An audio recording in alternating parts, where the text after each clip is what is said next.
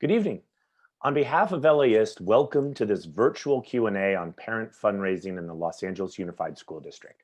I'm John Cohn, and I manage live programming and events for KPCC and LAist, and we're pleased you've joined us online this evening. If you haven't already, I hope you'll check out our Public Radio Palooza event series, a year's worth of events celebrating public radio and the folks that make it happen. kpcc.org/palooza. All of the programming on KPCC and LAist is made possible by the generous support of our members. Thank you to all of you. If you're not already a member and you're in a position in which you can give, you can visit us online at support.laist.com/events. While you're there, if you want to stay up to date on upcoming events, virtual and eventually in person, please sign up for our events newsletter. Tonight, you're as much a part of the event as our host and special guests. That means we want to hear from you. A Q&A is only as good as the queue, so we invite you to share your questions by commenting in the chat. If you're watching this on LAist or KPCC websites, you'll need to sign into the chat right below this video. A live real-time text transcript of this program is also available directly under the chat window, lots of windows. And if you want to go back and watch this event again or share with somebody who wasn't able to join us in real time, the full event video will be right here waiting when you're watching it now. Thanks again for joining us. Without further ado, KPCC and LAist Senior Reporter for K-12 Education, Kyle Stokes. Thank you very much, John. And thank you to all of you for joining. It's been a really crazy ride putting together this story. And now it's strange. So it's sort of like letting people into my broom closet here or my medicine cabinet or something, because I've been working on this for so long and I'm so excited to share what I found with you about parent fundraising in LAUSD, which is a topic that has fascinated me basically since I've been covering public education, which I've been doing for a decade for public radio. But that interest really intensified when I moved to Los Angeles to cover the LA Unified School District in 2016. Everybody that I talked to when I moved here in LAUSD basically said, yeah, parent fundraising, super, super important. Everybody knows it happens. It's kind of a fact of life in certain LAUSD schools. But whenever I talked to people about it, they would sort of talk about it kind of like an X factor, like it was this unknowable, mysterious number that would somehow explain everything about how the district worked. If only we could measure it, because people were fundraising for positions that I think to a lot of us seem pretty basic, gym teachers, art programs, expenditures that you would expect the government potentially to cover. So naturally, I was interested in trying to find out exactly how much money parents raise, but every set of data that I could find on the topic seemed a little bit incomplete until I found a blog post by a longtime LAUSD watcher named Sarah Roos, and in it, she proposes a new way of measuring this parent fundraising revenue. And that source was tax documents. Every single PTA and booster club in LAUSD is its own independent nonprofit organization. And as such, that means that they have to disclose some kind of basic information to the government every year, including, if they raise enough money, a basic statement of their finances. So I decided to hunt down every single PTA and booster club and PTO and PTSA and related parent organizations that I could find in the LA Unified School District. And it took a lot of doing and a lot of mucking around in GuideStar, something that some of our guests meeting us later in just a moment know quite a bit about. And through that process, I eventually found that out of 784 campuses in LAUSD, there are 302 that have an active parent group. And in total, they reliably raise some $30 million each and every year, which in LAUSD terms, it's not really that much money. This is a huge district. There's a $9 billion operating budget in LAUSD.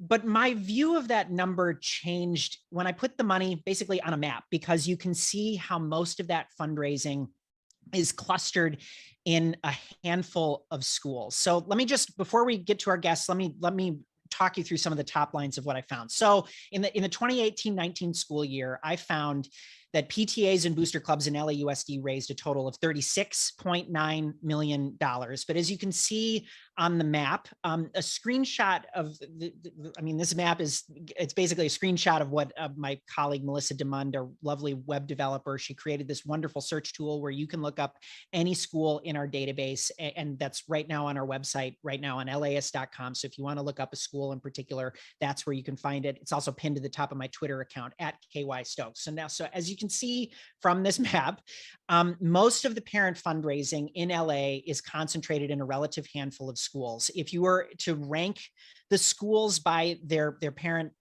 fundraising numbers, the top 50 alone would account for more than $26 million of the overall total of 36. So in other words, that's about 66% of all of the parent fundraising revenues in our database, concentrated in just 6% of the district schools. And most of them are in the areas that are highlighted on this map and in those neighborhoods that are the darker shades of purple. And if you zoom in even closer, the neighborhood of what LAUSD calls West LA, which encompasses Pacific Palisades, Brentwood, Westwood, that neighborhood alone accounts for $9 million. So that's 1/4 of the money that's raised in the district by parents every year, right there in just 18 schools. I think for a lot of you listening, that's may not necessarily be a shock. Richer schools and richer neighborhoods raise more. Maybe this next slide isn't a shock either. If you compare parent fundraising with the student enrollment in schools, you can see that in a district that is overwhelmingly Latino, schools that do basically any fundraising at all are disproportionately white and Asian versus schools that raise less than $100 per student per year on average. They actually slightly overrepresent Latino students. Now, what I want to explore here tonight is not only what we found in the database and what I found from mucking around on GuideStar for a long time here, but also the idea that parent fundraising is not only related to how we fund schools in California, not just related, but it's kind of a feature and not a bug of our school funding system. And while we may get into some of the more complex math here tonight, there's an ideal at the center of our school funding system that is basically pretty simple. It's that the higher the need in your school, the higher your funding should be. That's state law. That's what the state, kind of a central value of the state school funding system. So if you educate a higher needs population in your school, more low-income kids, more students who are homeless or in foster care, more students who speak languages other than English at home, the idea that the state says you should get more funding. And so does the federal government, by the way, and the reasoning for that is that you pay for more complex, expensive services that those students need. The simple version of this ideal is an image that by now in education circles is sort of trite. It's shared at like basically every school board meeting you've ever gone to. And it's the reason why you don't want to fund every school equally necessarily. You want to have equity in your school funding system, which means higher need schools get more. That's the idea behind the school funding system. But what I think that you can see as well, if you were to sort of look at how this plays out in LAUSD, lower income schools do get more funding per pupil if you leave parent fundraising revenues on the side. There's a chart here that is this is basically looking at the average per pupil funding in LAUSD elementary schools, broken down by the percentage of students in the school who eat free or reduced price meals, which is kind of a rough and ready measurement for low income, the number of students in the school that are low income. On the right-hand side of the chart, those are higher need schools. And because they're higher need, they're entitled to more need-based funding. So those yellow and red bars, which denote the red is the state need-based funding and the yellow is federal need-based funding. But take a look at what happens when you add parent fundraising to this mix. The parent fundraising revenues that we found are represented on charts in this story and hopefully here on the screen now in blue. And just to highlight that leftmost column on the chart, it only represents 34 schools in the district, and that's far cry from what's represented by that rightmost chart. It's basically a 10 times difference between those two columns. But what it essentially shows is that parent fundraising revenues are almost able to make up the difference in need-based funding that lower income schools versus more wealthy schools get. There are only 34 schools on that leftmost column of the chart. Those are the wealthiest schools in the district. Most of them raised a minimum of $200,000 from parents in 2018-19. One of the schools in that leftmost chart, that leftmost column on the chart, raised more than $1 million. And to put that in another way, in like per kid terms, all but 9 of these schools were raising an average of at least $500 per student. A dozen were averaging more than $1,000 per kid. And if you add those revenues up and average them out, that meant that the schools on the left-hand side of the chart received almost as much as lower income schools receive in need-based funding. So a few things just to quick point out about these charts. I mean, there are a lot of caveats to offer here. One is that these charts are reflective of averages. Averages have their limitations, as you can see from the next slide. I also don't include independent charter schools in the database. That's, if anybody is interested why, I'm happy to address that in the Q&A portion of the event. And the main thing I think to point out here is that there are just, as I mentioned just briefly before, is that there are far more low-income schools in the district than wealthy ones. And so even though those left and right columns are the same size, the right column represents 10 times more schools than the leftmost one, the right column being the one with so many more low-income students. Now, one of the points that we make in this story is that gentrifying schools face peculiar pressures around fundraising. And you can see that here, that mixed income schools in LAUSD may not always qualify for as many need-based dollars. In LAUSD, the district says that schools that are not at least 50% low income cannot receive Title I money. They're not eligible to receive Title I money, the federal need-based money, most of what's in those yellow bars on our chart.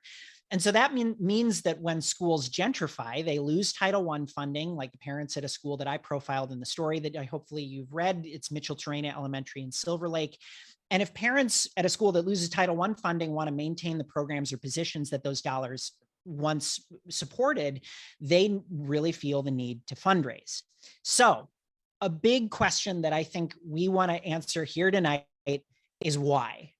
And to get at that big question, why is it that parent fundraising is such a crucial part of how we fund schools in California? I have asked 3 guests to join in our conversation tonight and not only answer some of my questions, but hopefully to answer some of yours as well. So let's bring them out here onto the virtual stage. And I'll do that with a quick introduction.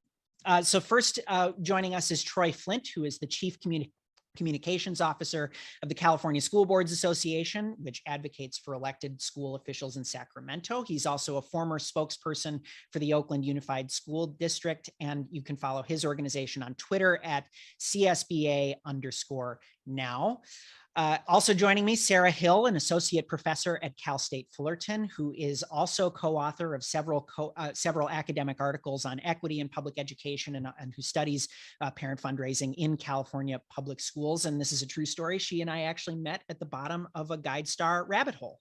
Sort of like going to a dive bar, but like with a root structure.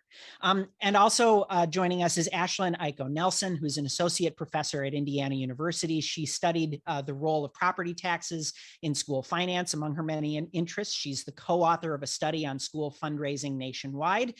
And though she is joining us from the Hoosier State, thank you for staying up late on Eastern time, by the way, she is also a native Southern Californian and a former LAUSD teacher. Follow her on Instagram at Ashlyn Iko. Thank you, all of you, for being here. And before we start, let me once again remind those of you in the audience that we want to hear your questions. So maybe you have questions that are specific to like the database of what I found. Both of our guests from universities have studied this on a much broader scale as well. So if you have questions about what they found in their research on parent fundraising, we're also going to get into some of the equity considerations involved here, and all of our guests can talk about that. We want to hear all of those questions. So put them into the chat. We're monitoring them on whatever platform that you're finding us on. So you can submit your questions and we will pipe those in through to me and then to the guests. So let's return to that big question. Why are parent fundraising dollars so critical to the budgets of schools in wealthy and gentrifying areas? And I think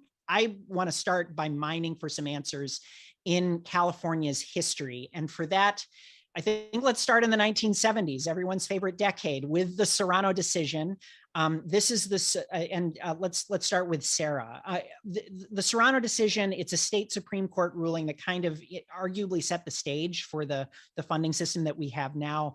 And I'm wondering if you can take us back there, Sarah. How were California schools funded in the 1970s, and what did Serrano do to that funding system that kind of set us on our present course? Yes, that's what a lot of people look to as the beginning.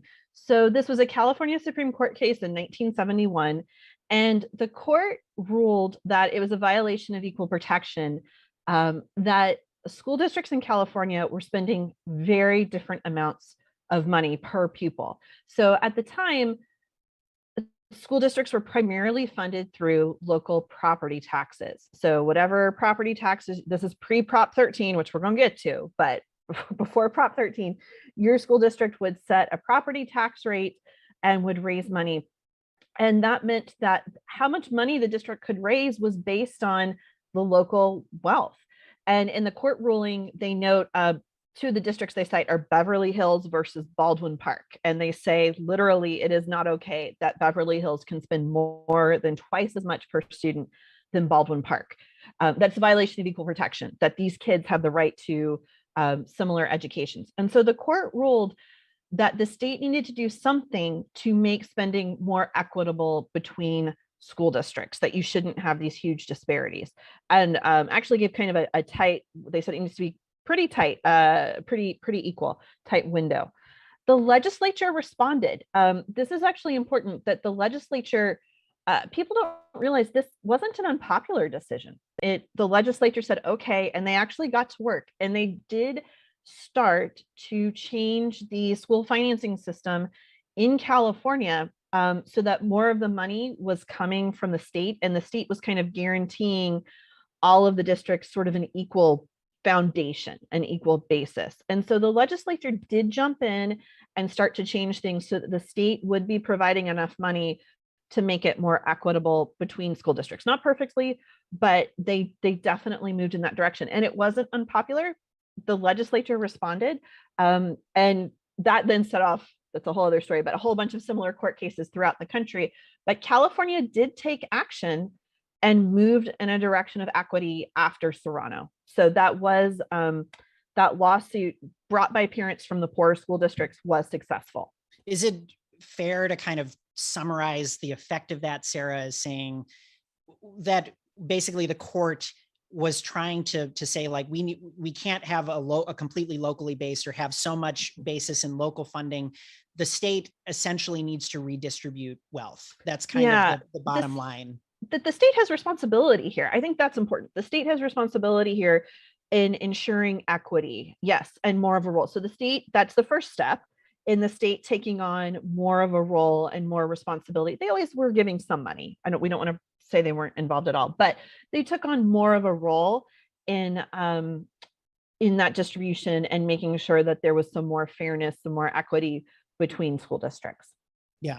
Ashlyn, let me bring in you here as well, because the backlash is something that I think you are familiar with on a national level as well as the California level as well. So, like, what happened? I mean, we've got this decision that says, okay, like we need to take as a state, I should say, Sacramento needs to take a more active role in funding schools so that we can equalize some of the differences between these property wealthy and property poor districts. What happened from there? What was the next step in the story? Well, the state took several years trying to implement various aspects of the Serrano versus Priest decision, which happened through a number of decisions in the mid-1970s. And then following that, we basically had a major property tax revolt in California, which is not an uncommon trend when Property owners in property wealthy districts are upset that their property tax wealth is being redistributed to less property wealthy districts. The common response is to then lobby for a property tax limitation or reduction. And that's exactly what we saw in 1978 in California when we passed Proposition 13, which severely curtailed the ability of California to raise revenues for public schools via the property tax. This had the effect of reducing substantially per pupil spending on a per pupil basis throughout California. And so as Carolyn Hawksby and a number of other people have documented, when we have these types of state school finance equalizations in place, we often see that there's a leveling down or a powering down of per pupil spending across all school districts. Right now, we have some form of school spending equalization policy in place in, I think, 46 out of 50 states. So what happened in California was sort of ground zero for school finance equalization, and it swept through the country through a series of lawsuits. And at this point, we have some form of school funding equalization in place in the vast majority of states. And in many, many cases, we also see this pattern of school finance equalization followed immediately by some sort of property tax revolt. So another prime example is Proposition A in Michigan. Mm-hmm. So tax and expenditure limitation. Well, so I'm curious about this, like the idea that there's a revolt, and we talk a lot. I mean, in my story and you know, in the conversations that we've had prior to this event and to the story, like that there is this feeling like, okay, the money that I am raising as a wealthy property owner is not all going to go to my kid's school. So I feel a lot less willing to pay for public education through my property taxes. And hence that's one of the sort of like the ideas of why Prop 13 passed. When you talk about that element, you know, sometimes people will say, wait a minute, like my property tax, you got to remember Prop 13, you know, saved us from really high property tax bills. It's the reason that I was able to keep my home. I mean, to what degree are there other factors that are involved in what was going on with Prop 13? I just kind of want to nod to that and see where you guys feel that either Ashlyn or Sarah or Troy, if you want to dive in on that question. So that is something to keep in mind, that it wasn't just about what was going on with the schools. You've got the stagflation of the 70s, and homeowners were very, very upset about that property values were going up, but wages were flat, and they couldn't keep up with their property taxes. Jerry Brown was governor, right? Early days of Jerry Brown. California politics is really fun to go back and look at. And so a lot of it was just about dollars, that they felt like Jerry Brown and the legislature were very unresponsive to this problem of really high property taxes. I don't know how upset they were that it was about schools. That certainly was a piece of it. It was more just the dollar amount of I'm paying how much in property taxes, and it's going up by so much every year, and yet my income is not. And so a lot of it was simply protest over tax numbers and dollars. And then because property taxes are critical to public schools, once it passes, public schools feel the effect. I don't know how worried they were about the schools. I think the primary response was just dollar amounts, and I can't afford to keep paying this when my income isn't keeping up. And that they wanted to teach Jerry Brown a lesson. So after Prop 13 passes, I don't think it's in dispute that overall funding levels for California really started to dip, especially through the 80s, and really arguably still lag behind, or at least are kind of stuck in the middle of the country. So it's like one of the best quotes in the story, I think, is Larry Pikus, the USC professor, saying that before 1978, Californians drove Chevrolets and had a Cadillac school system, and afterward it was the other way around. I think it's widely understood that Prop 13 leveled down overall funding for schools. So how did that leveling down lead to parent fundraising becoming so critical? And I guess not just parent fundraising. Ashlyn, you want to try tackling that? Sure. I think when we have any sort of powering down and people perceive or experience some loss in the delivery of public services, including the quality of public education, what happens is that there is widespread perception of government failure to provide a public good. And when that happens, there are a variety of different responses to that. And one potential response is to try to raise additional revenues locally.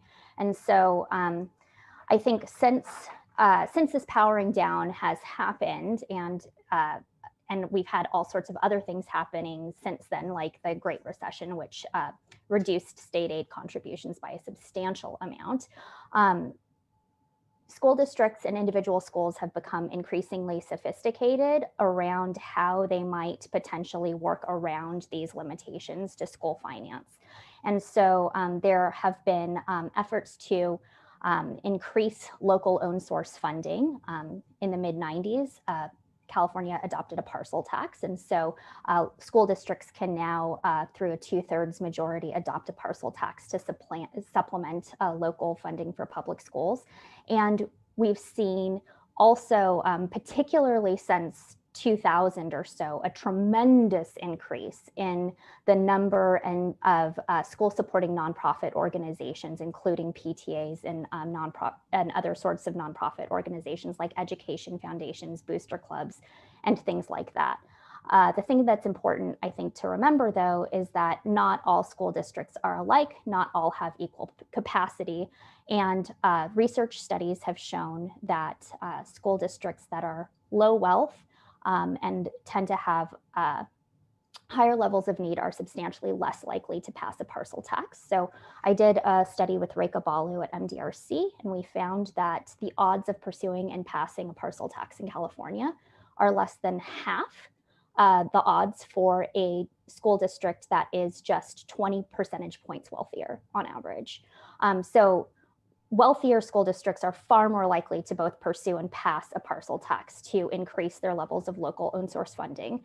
And in addition, wealthier school districts and those with more educated constituents are far more likely to raise substantially higher levels of contributions for local public schools.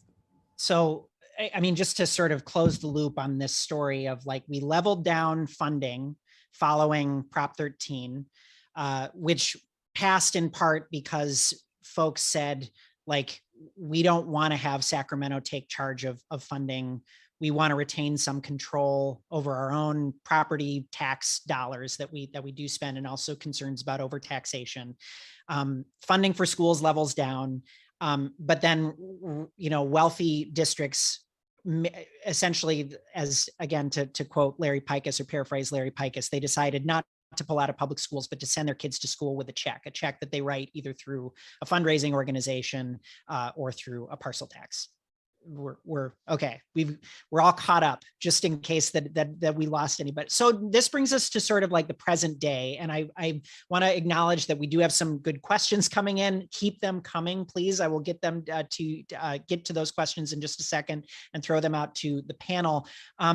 So put them in the chat, put them down in the chat, whatever platform you're watching on. We are monitoring it, and we're piping the questions through to me. I've already got a couple queued up to ask, both for me and for the panel. But Troy Flint of the California School Boards Association, I think now we're sort of here to the present day. We've had, you know, this leveling down of funding that followed the 1970s, but we've also had more recent, you know, to point out that Jerry Brown has been governor basically forever in California. During Jerry Brown's last stint in office, he spent huge amounts of effort on the local control funding formula, pumping a huge new amount of money into Prop 98 and to trying to make sure that the K-12 funding increased substantially. After all of that, Troy, where does school funding stand in California? What is the overall picture of spending on K-12 education in California?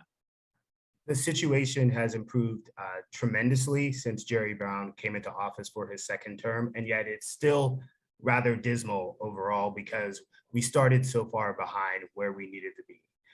Philosophically, the California School Boards Association, and I think most of the statewide education organizations believe in LCFF very strongly. Conceptually, We think philosophically, it's the right way to go in terms of not just providing the same amount of money to every school district or every school, regardless of need, but to try and assess that need and to give those schools and districts that need more, that have more high need students, more money so they have the resources they need to succeed. I don't think the current version of LCFF is the most elegant interpretation of that idea for a number of reasons. It doesn't look at key issues like students with disabilities and special education. That is not a part of the funding formula in allocating more resources. It probably doesn't provide enough money to those needier schools that we discussed. Even though it's a big leap over where we were before, it doesn't make up for the deficiencies. EdTrust West is just one of several organizations that has done really good work documenting what's needed for all students to succeed. And depending on how you look at it, California is still roughly about $10,000 or more dollars per student below where we would need to be to provide the resources for every kid to have a successful education, or to provide a lot of those resources that were more common back in the 60s and 70s during the golden era of California's public schools, when our public school system was the crown jewel and was the envy of many nationally. From that point, when we were funding at about in the top 5 nationally on a per student basis, we fell all the way to 48th or 49th at one point during the Great Recession. That was only 10 years ago. And really, when you sink that low, it's a generational project to try and make up the lost ground. It's not going to happen in a few years, and we haven't put in enough effort yet. So that's not to disrespect anything that Jerry Brown or the legislators or the advocates have done. I think there's been great work, but we need to do much more. Mm-hmm. Yeah, it was good. Well, this is one of those things. Is like, not to disrespect that effort. That effort has been, and I don't have exact figures off the top of my head, but it's something like 70% more school funding and that's pre-pandemic aid and all of the kind of extraordinary investments, over the previous decade, and so it's sort of like, how can, after 70% more, tens of billions of dollars more in Prop 98 funding, can we still be behind the curve, or at least not up to where we want to be, Yeah, I just want to point out, so anytime you're saying tens of billions, I just want to make sure people know where those tens of billions got us. They got us all the way up to maybe 30th now. And 30th is a really rapid jump when we were just in the 40s a few years ago. So when you say that, you cite those EdTrust West numbers, 10,000 more per student, like, where should that money be going? I mean, to invoke the charts that, were in the story. And I know that our guests, by the way, technically our guests can't see the charts, but they're in the story. And the idea that there is sort of a stair-step effect with the low income schools getting more funding per pupil. Should the money be in that 10 grand that you referenced, Troy? Conceptually, does CSBA want the money to sort of raise all boats, or should more money be going into the lower income schools? I ask that sort of because when you look at parent fundraising, I think that there are folks in the parent fund, who are doing a lot of the parent fundraising, who are fundraising because they don't feel that the base amount, which is what some of those basic aid districts are fundraising against, doesn't provide something that's basic enough. Yeah, I think that's a good question. I should say as a preface that the California School Boards Association is an advocacy organization that represents just about every school district and county office of education in the state, about 1,000 local education agencies. Obviously, when the group is that large and it's a diverse state like California, geographically, ethnically, economically, you're not going to have a uniform opinion. And it's certainly rich districts and poor districts alike in your. Sure, I mean, yeah. I just didn't realize I was putting you on the spot, Troy. That was no. It's good because I mean, people need to understand the tension that exists, and we certainly have districts that say, well, you've got a district in a low-income urban area, predominantly low-income urban area, that's getting $6,000 or $7,000 per student more from the state than our district is, and they're upset. They feel, okay, we recognize that equity is a goal, but we've given up a lot, and you're going to ask us for even more. when is enough enough? And we do hear that from some of our districts. So I don't mean to present that there's a 100% united front and everybody is fully on the equity train to the same extent. That said, I do think the consensus in the organization is to raise the base and at the same time to increase funding for the higher need students proportionally more. The problem that we have now, which I think is driving a lot of the feeling to the need that is perceived that you need to raise that money at the local level, that is a direct result of the fact that the base funding that each school district receives, and as a result, the individual school sites receive, is not enough. And nobody is really going to be able to backfill that at the site level. Even these wealthier districts are going to struggle, no matter how affluent the parents are. So until you get to the level where you're funding at a New York or a New Jersey or one, really almost all of the northeastern states are far, far beyond where California is. And a lot of that has to do with the property taxes that Sarah and Ashlyn were talking about compared to how we do them here. And that's a rabbit hole. But the result is they're all $6,000, $8,000, $10,000 more per student than California. At the same time, California has a student population that is viewed as probably the highest need student population when you look at our income levels here related to the cost of living, when you look at the high number of students who are English learners, foster and homeless youth. We should be above pretty much everybody, particularly when you look at our resources. So I will get to to Q&A here in just a moment, but before I do, I want to ask Troy one more question, and it's about, we started this conversation by talking about Prop 13 and about how the really strict limits on property taxation have been kind of like they're kind of the context for all of this. They're the reason that funding leveled down, the reason that funding is more centralized, the reason that that state funding formula is so critical. And we are getting quite a few questions, including one from Alma here that says, so what would it take to overturn Prop 13? Can you talk, Troy, about like what has gone on, particularly in 2020, the ballot measures that were proposed for the 2020 ballot, what ended up happening with those, and sort of like what the status is of, like, is Prop 13 something that California might revisit? So when I was first really diving into this and trying to understand the budget as a whole and how that impacted school funding, someone who's very wise on the budget explained to me, and this is obviously a gross oversimplification, but I think it's a good illustration, that the state budget is kind of like a stool with three legs. You have property taxes, you have sales taxes, and you have income tax.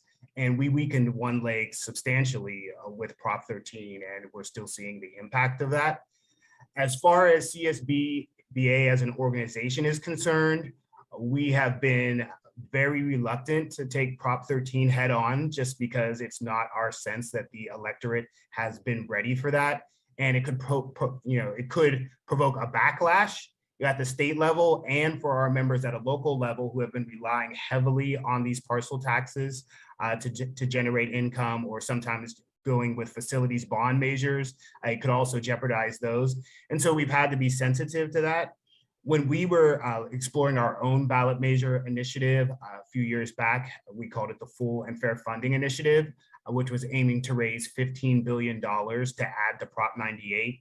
It was a schools only measure, and that money would catapult California into the top 10 in per pupil funding.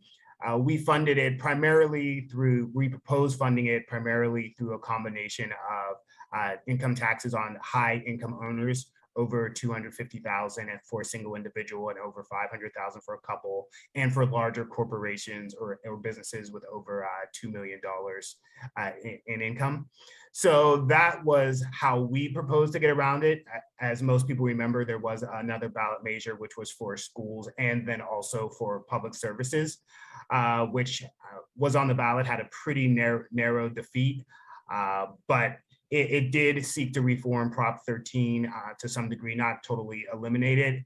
And some people consider that to have been the crucial element that prevented it from passing. But The problem is, and that's not to cast blame, because there's very few ways that you can generate the type of revenue in a state with 6 million students needed to make a substantial impact on the resources they're receiving.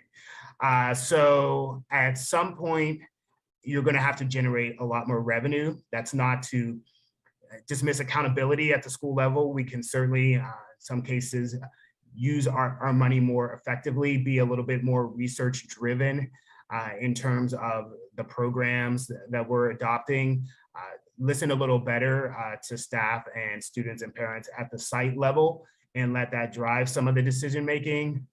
But even if we were operating at 100% effectiveness at every place on the decision chain, it won't be enough unless we dramatically increase revenue. And there are only a few ways you can do that. It gets back to sales tax, income tax, and property tax at some point. Okay, so thank you for that, Troy, and to all of you for sort of walking us through the like history of both school funding and fundraising all at once. So I'm going to get to some Q&A here that we have coming through our chat, and there are some questions that we got beforehand through our Harken platform as well and on Twitter. So I'm going to try and get through as many of those. Some of them are about what I found in the database and what I found from the researching and reporting this story, but I'd be curious if any of you want to jump in on these questions as well, because basically we're promoting the little boat that I built that has all of the LAUSD data in it, but like Sarah Hill built a much larger boat, like a yacht, like like all of California. She has a database that has all of the parent fundraising data of all of the parent fundraising groups in California. And then Ashlyn built like an aircraft carrier of like all of the school fundraising that took place across the nation back in throughout the 2000s, like from 95 to 2010. I'm saying that right? Okay. So we've got some folks who have looked at the same tax records that I did. So I just want to acknowledge that because I feel weird talking about my really cool little boat when I've got two much larger boats right next to me. Anyway, so here's so the questions, let's see, we've got from Jenny. I thought this was interesting. Could you say more about principal school discretion and how the money is spent? It seems like another huge factor at work here since the parent fundraising dollars have more flexibility in how they can be spent. Can you say more about what you learned about this?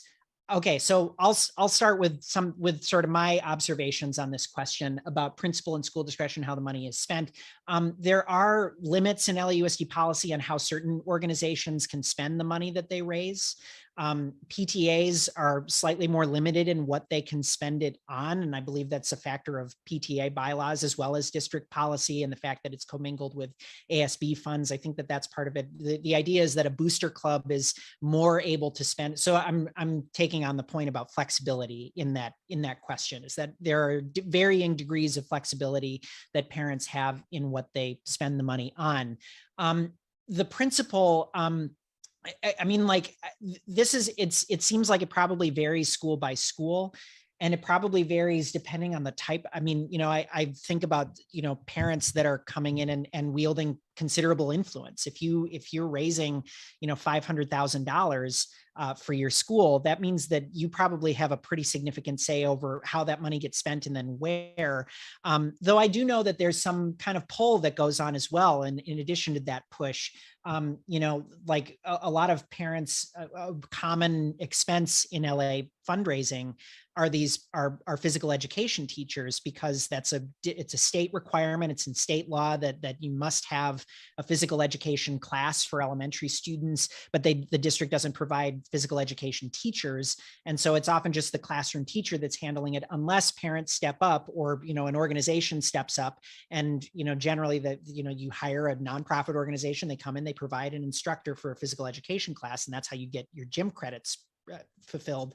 And teachers push for that, principals push for that, because that's prep time for teachers, essentially for classroom teachers in elementary schools. Otherwise, that's time that they'd be spending on.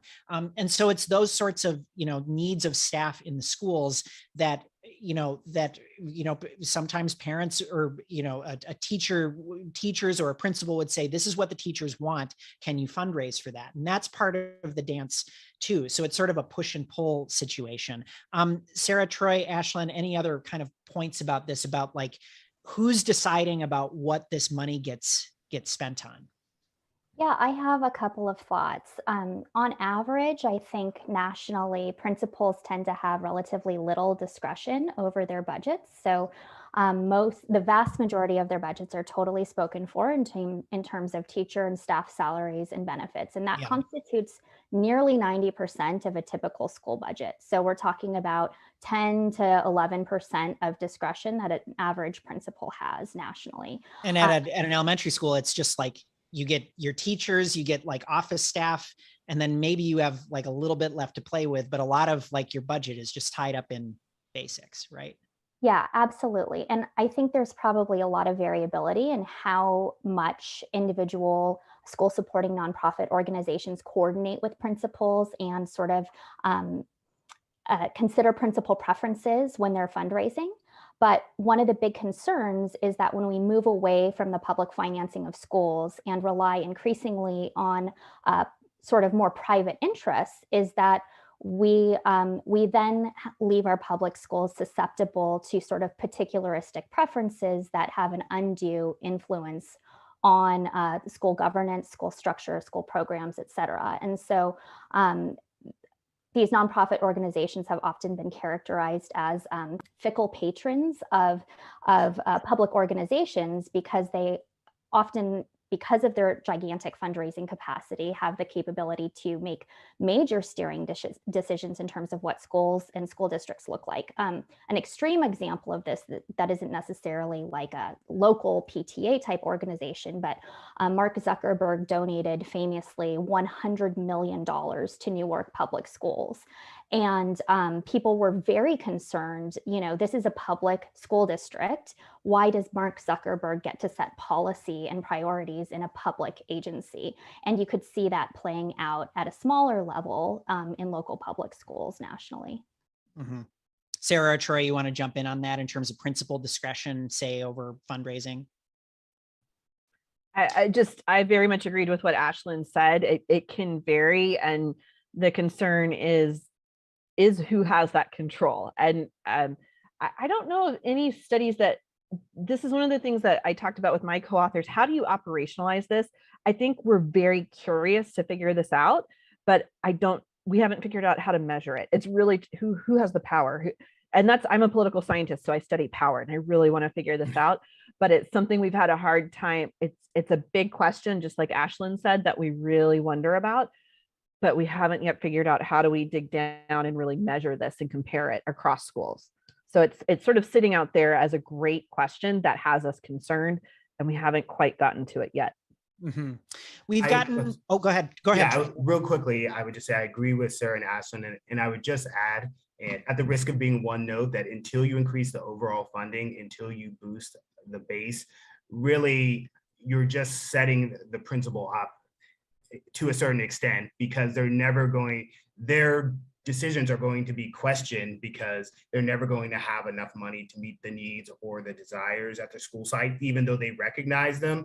And so it's constantly going to be a situation of, oh, why did you choose this when obviously students are suffering from lack of that? So sure, the principals would like more discretion, but having all the responsibility with none of the resources or power to address the problem adequately is not that great a deal for the principal. And there's also the problem that, like, and I should say that a lot of the parent dollars that are raised at the elementary level, in part because those budgets are so small and so tight, as Ashlyn, I believe, was saying. But there's also the, to that point about like principal's discretion, it's like, there's the argument also about like that you hear particularly from folks on the right about giving more money to secondary schools. And it's like, you've got some secondary schools that have budgets that to the extent that principals don't know how to spend the money in some cases, or they are unable to spend the money because there are no school mental health professionals to hire, or that so that's I don't know, Troy, if you want to bat down some of this, it's just a thought that's out there that I sort of wanted to throw out there about in terms of principal discretion. No, I wouldn't bat it down, but you raise an interesting point about allocation of money and money management. I do think sometimes, and speaking from my experience in Oakland, we had what we called site-based budgeting for a while.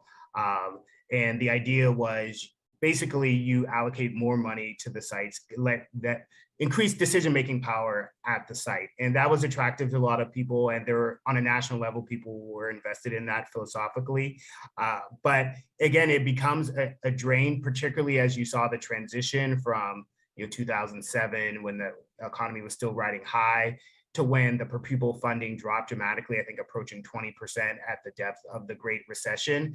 And the site-based budgeting doesn't help in that situation because there's just not enough money to spend it correctly. And then I would say also that principals could benefit from more financial training. We ask our principals to do so much, right? They're supposed to be a money manager. They're supposed to be in charge of discipline at many schools if you don't have an AP or a vice principal who's doing that. They're supposed to be looking at the curriculum. They're supposed to be doing observations to make sure that instruction is what it should be. They're dealing with parents. They've got all these meetings, the parent and the site councils. They've got to go to plays and support the football team and all this stuff.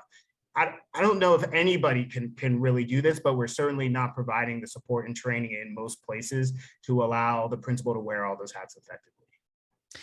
Okay, so I'm going to move back to Q&A here, but I think this is a beautiful illustration of why parent fundraising is like so important to the overall discussion here. We find ourselves moving from parent fundraising very quickly into what is a principal's job, and moving from parent fundraising into how do we fund schools. I'm just here to say there's something going on here, folks. There's like a little more to this story here. And I think that parent fundraising is at the gooey center of something. That's my bias. And I think the point of the story that we've put out. Okay, so another question here that I'll try and tackle as quickly as I can from Mary: is there research that shows what Title I schools are using with their supplemental funds versus affluent schools and parent fundraising? So what do Title I dollars pay for versus what do parent fundraising dollars pay for? Off the top of my head at the LAUSD level, I think the first thing that it's important to say is that the number of positions is almost not comparable, because the overall universe of money is just, I mean, I think more than it's at least $500 million in Title I money versus $30 million in parent fundraising. So it's hard to compare from that perspective. There is some comparability in what they pay for, I would say, in like rough proportion. A lot of parent fundraising dollars, I think the most common expenditure on the district budget that's accountable to parent fundraising dollars are like teacher aides and teaching assistants. And sort of that sort of level of classroom support. That's a very common, pay for from parent fundraising. That's also where a lot of Title I dollars go, is to paying for instructional aides. But Title I dollars pay for a lot more complicated kind of mix of just the number of positions is way out of proportion. I would say it's like 10x what the number of positions that are paid for by parent fundraising dollars. So on the Title I side, it's classroom aides, but also, there's commonly it's a Title I coordinator, which is not an administrative, they're not an LAUSD's administrative union, but they're often, they sort of function like an assistant principal in some cases. So that's a really common expenditure. But I mean, just to caveat some of that, again, the scale and proportion, it's difficult to compare because parent fundraising just doesn't pay for as many positions at the school site. The other thing is that sometimes parent fundraising exists to pay for services from outside the school district. So like for those physical education groups that I mentioned, and that's not, we don't have, I don't track that in my survey. And maybe, I don't know if Sarah or Ashlyn, your database has made efforts to, it's difficult to track down that kind of spending. So. I have a little bit to add to that. So I would say that traditionally we think of titled funding from the federal government as compensatory funding, meaning that the intended purpose of those funds is to provide funding for students who are considered the costliest to educate. And what that means is that we need to provide additional services to students for a variety of reasons. Either these are students in poverty, they are non-native English speakers. Some of the funding goes to help provide aids and things like that for students with disabilities, special needs, et cetera. And that is not typically the purpose or role of local school supporting nonprofit agencies. They do not exist to provide sources of compensatory funding. And though Kyle did find that some schools that were losing Title I funding ended up needing to fundraise in order to keep staff on board. What I found in my national study is that I found actually no relationship between losses in state aid and increasing fundraising capacity. What I found instead was that on average, nationally, there was basically no relationship between a loss or change in funding over time and whether a school district had a nonprofit organization and or the level of funding generated by that nonprofit organization. So generally what we see instead is that nonprofit agencies are forming disproportionately in wealthier districts that do not receive a huge amount of titled compensatory funding. And so I don't really view these sources of funding as fungible or transferable in any way. And there's not much overlap in what is being funded through one source versus another. So I think that's a really good point. It sort of is like the story, and it's the school that is profiled in the story is kind of a very rare example, even in LAUSD, of these sort of like borderline cases. I mean, most schools in LAUSD receive Title I funding. It's something like 90% of the district schools receive Title I funding. So even though there's that hard cutoff at 50%, most schools do receive that funding. And also to the point about control and who's controlling how that money is spent, Mary, in the original question, I should just say, which I sort of cut off the end, but this seems important. Title I money must be approved by the school site council. And that, I believe, is part of federal law in addition to district practice. So it's a democratic body essentially that has to okay the plan of how it is spent. So it sort of goes back to an earlier point about control. To move on to another, we've gotten a lot of different questions about this, so I'm going to lump them together a little bit. So let me read a few. One from Marisa, who submitted beforehand. What are the best practices for fundraising by parents and caregivers that consider equity? For example, if families can't afford to attend fundraising events or kids who can't raise money for things like fun runs.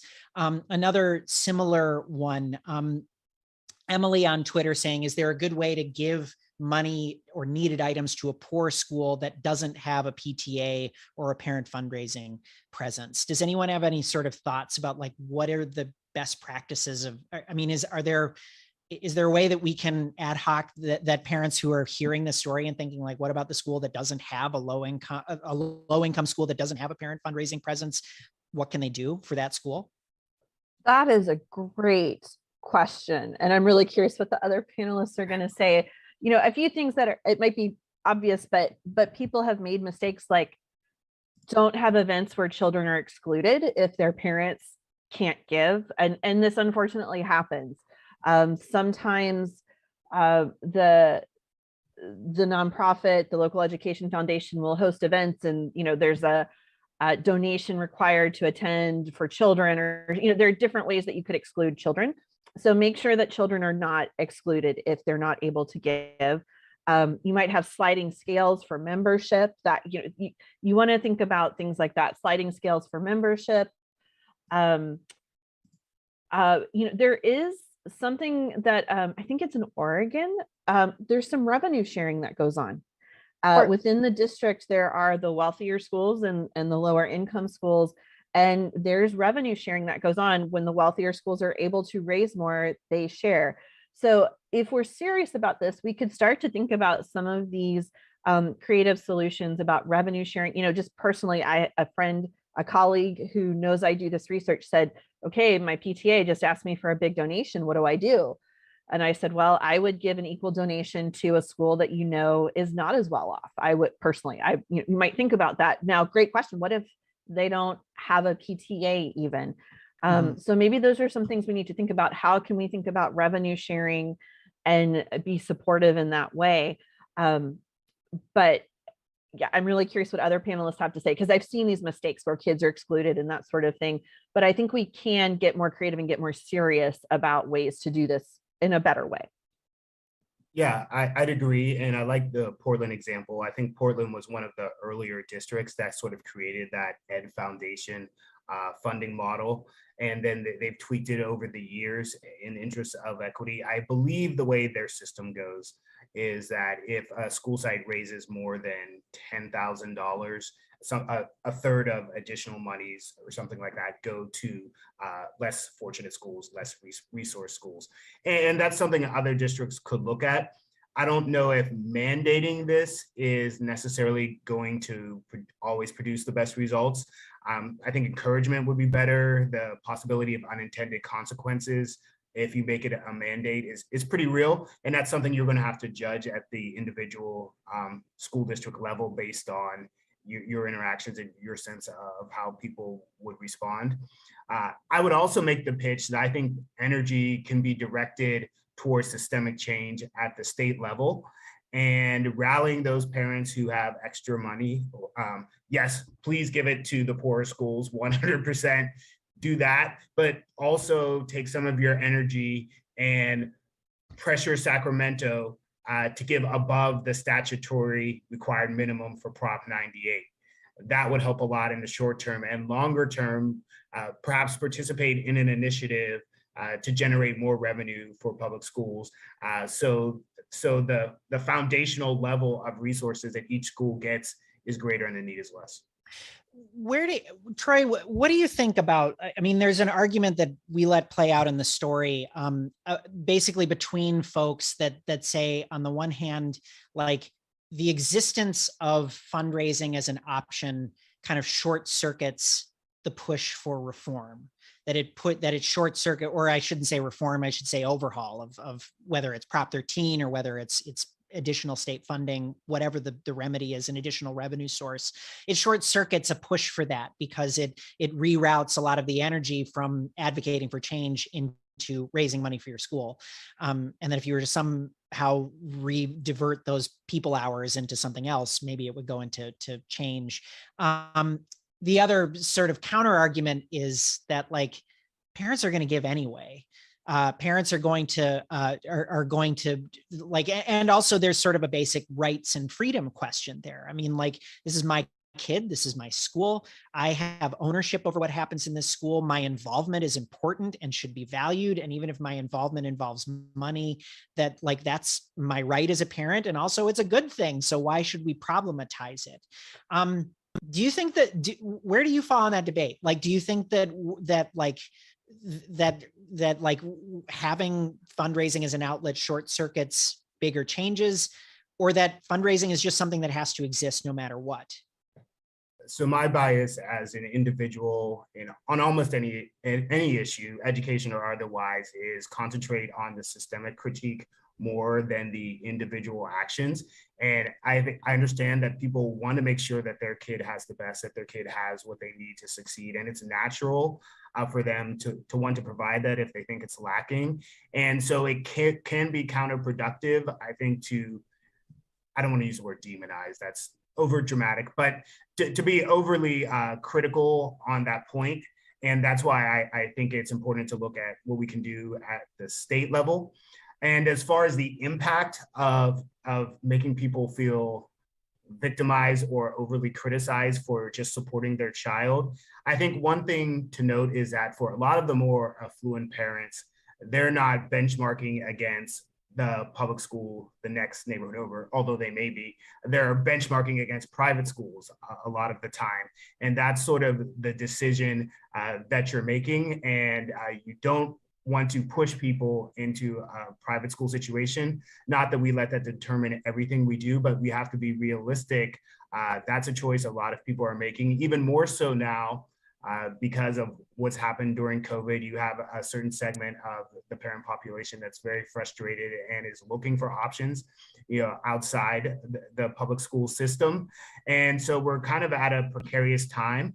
It could be a good time if we harness the fact that for the first time in my professional career, education is front page news almost every day. Not for the right reasons most of the time, but at least people aren't apathetic. They're really focused on the school system, and some of the more affluent parents who are more influential, whose kids have been in better situations and who maybe didn't examine the school system in the same way, are taking another look. So if we can kind of cultivate that energy and channel it into the type of systemic change needed to provide more resources for schools, it's also a time of opportunity for us. Mm-hmm. Yeah. Ashlyn or Sarah, that question about like, does having parent fundraising exist as an option or not, or being an under-regulated option, short circuit efforts at overhauling the system at large? Yeah, I wanted to sort of just add to something that Troy said really beautifully, which was sort of going back to this issue of like thinking about this as a systemic issue rather than as an individual decision, because of course it makes sense that individual families as rational economic actors would want to personally capitalize the benefits of their investments into their own children rather than having them spread more broadly across the district. One of the best tools that we have for sort of getting rid of that type of myopia, in my opinion, is through public education, and not just through K-12 education, but broader public education for families and households within these school districts. I think one of the most important things that we've lost along the way in sort of thinking about the school finance problems and inequalities that we see is we just don't have a strong social contract around how schools should be funded and what they should look like and what equity looks like. I think one of the really, really important things to think about is the history of the property tax, the history of housing wealth formation, that we had de jure and de facto segregation in this country that started, very profound levels of race-based de facto and de jure segregation, not just in the South, in California, racially restrictive covenants restricting who could purchase homes where, then led to, and FHA, Federal Housing Administration policies that explicitly upgraded the value of housing in white, racially homogenous communities, led to property wealth accumulation in certain communities and not others. This isn't ancient history. This is something that was happening in the 1960s, as late as the 1960s. So you can imagine how this impacts intergenerational wealth transfers. We've seen countless examples of how school district boundaries were created in order to racially segregate people. And we are still living decades later with the consequences of these actions. That is in large part a big chunk of this school finance inequality story. And somewhere along the way, we sort of lost that sense of history and just sort of thought, oh, this just sort of happened because low-income people tend to situate here and high-income people tend to situate here. This wasn't happenstance. This didn't result from some sort of passive T-boo sorting process. This occurred because of explicit policy measures taken by state, local, and federal governments. In my opinion, any type of de jure action that results in that type of inequity requires a de jure solution in order to remedy this widespread inequality. But we don't have the social will to do that unless we understand the history of how we got to this point in the first place. So I think one of the biggest tools that we have for getting school board members, parent organizations, constituents across California on board to making these equalizing changes, or even just thinking, hey, you know what, maybe it is a little bit inequitable that my school district, that my particular school is raising $2,000 in additional per pupil spending, like one elementary school in Santa Monica, Malibu, and think how, given the history in the state, is that appropriate? Because without that sort of background, we lose the social contract and we lose the broader context for what created these inequities to begin with. Yeah. I think that this is an interesting note to end on, because to me, it makes me think about like, what is this story and this event and this conversation, the reporting that I've done on fundraising, and then the academic work that you, Ashlyn and Sarah, have done on parent fundraising. What does it mean for the schools that aren't doing much fundraising, for the low income schools? And in the 5 or so minutes that we have left here, I'm just wondering if you can like address that directly. Like, if I'm a parent in a low income school or a school that doesn't really do much parent fundraising, maybe I'm doing fundraising at not raising 200, 300, 500 grand a year at my school, but I'm doing, like popcorn fundraising and don't really, selling chocolate and bake sales on the side, that does still exist. And maybe that means that you're in a school, and statistically, it means you're probably in a school that does get more government funding. What does this story mean for them? And like, what is at stake for them in the conversations that we have here about this topic?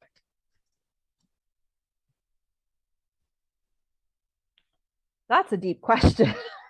That's a deep question. And I think it does go back to what Ashlyn was just saying. That those parents need to remember they are a part of the system and they do have a voice. It is harder for them to have a voice because of these historic inequities and what has happened, but you are still part of this democratic system and you get to be an advocate and you get to have a voice. You may have a vote, and we do need to do work. You can be part of questioning the system fundamentally from the ground up. Why are the school district lines where they are, right? I mean, that's a great point. One of the things we know that would probably change this a lot would be changing school district lines. There's not political will to do that because that would mean messing with my kid's school, and I don't want to do that. Why don't you want to do that? Busing or not the desegregation ideas that right are unconstitutional under current Supreme Court rulings. Right. But are there other things we could do? There's some redrawing of lines and things we could do, because certainly there's controversy there with the busing and all of that. But there are things we could do. We could switch things up. We could redraw school boundary zones, right, within districts. We could do some things. Is there political will to do that?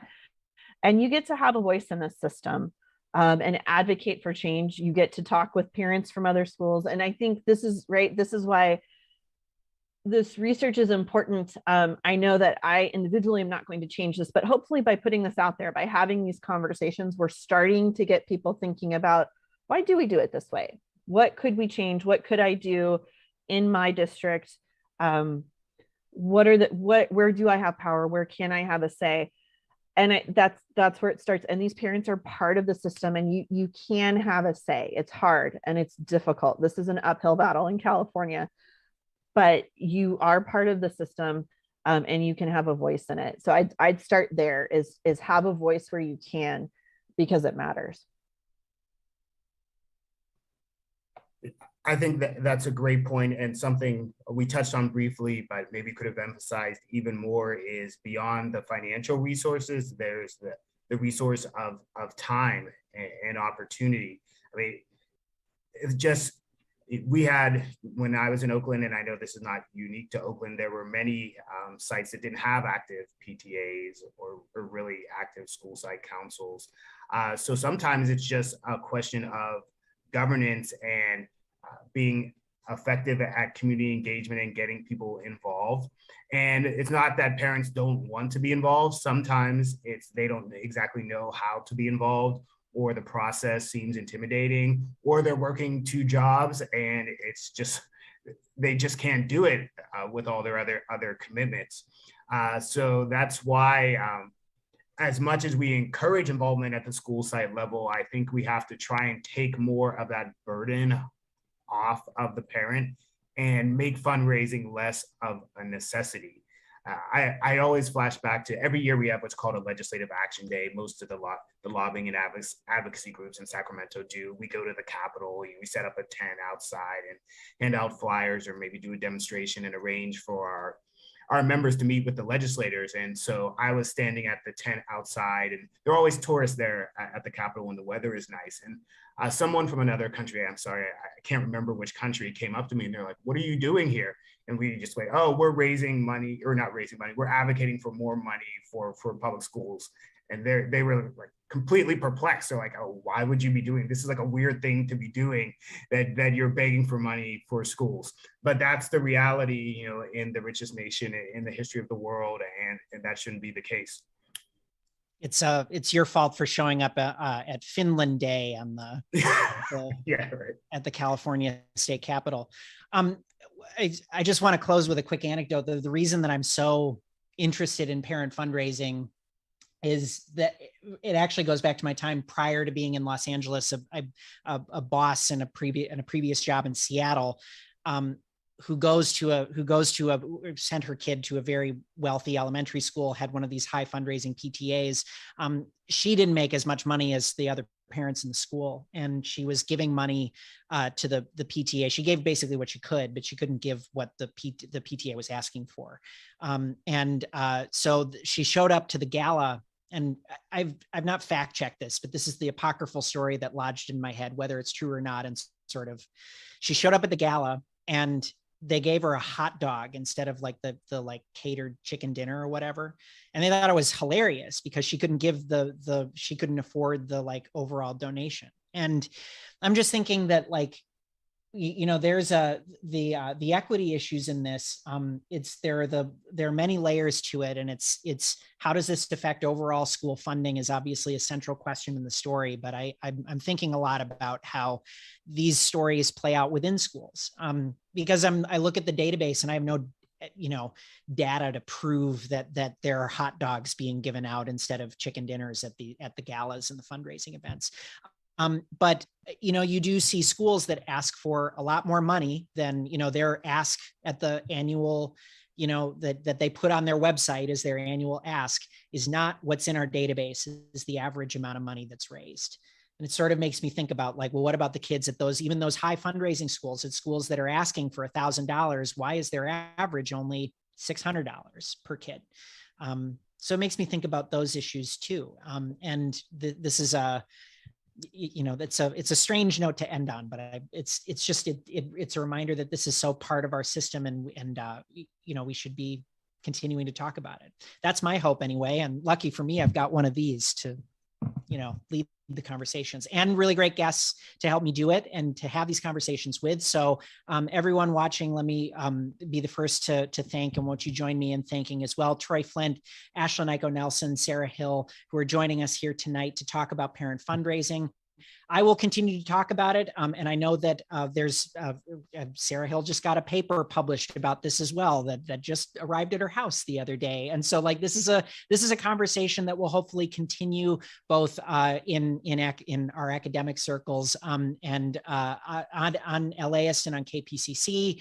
I am still here. My social media is at KY Stokes. If you want to just tweet directly, my email address is also not hard to find on LAist.com as well. So please, feel free to reach out with any additional questions, comments, observations about the event tonight, or thoughts about the series and the work. And if you haven't checked it out, go on to LAist.com, look at that big, beautiful map that my colleague made of the database that we scraped together of all the fundraising in LAUSD and how it breaks down by neighborhood. So with that, I'll close by saying thanks to you also for being with us tonight.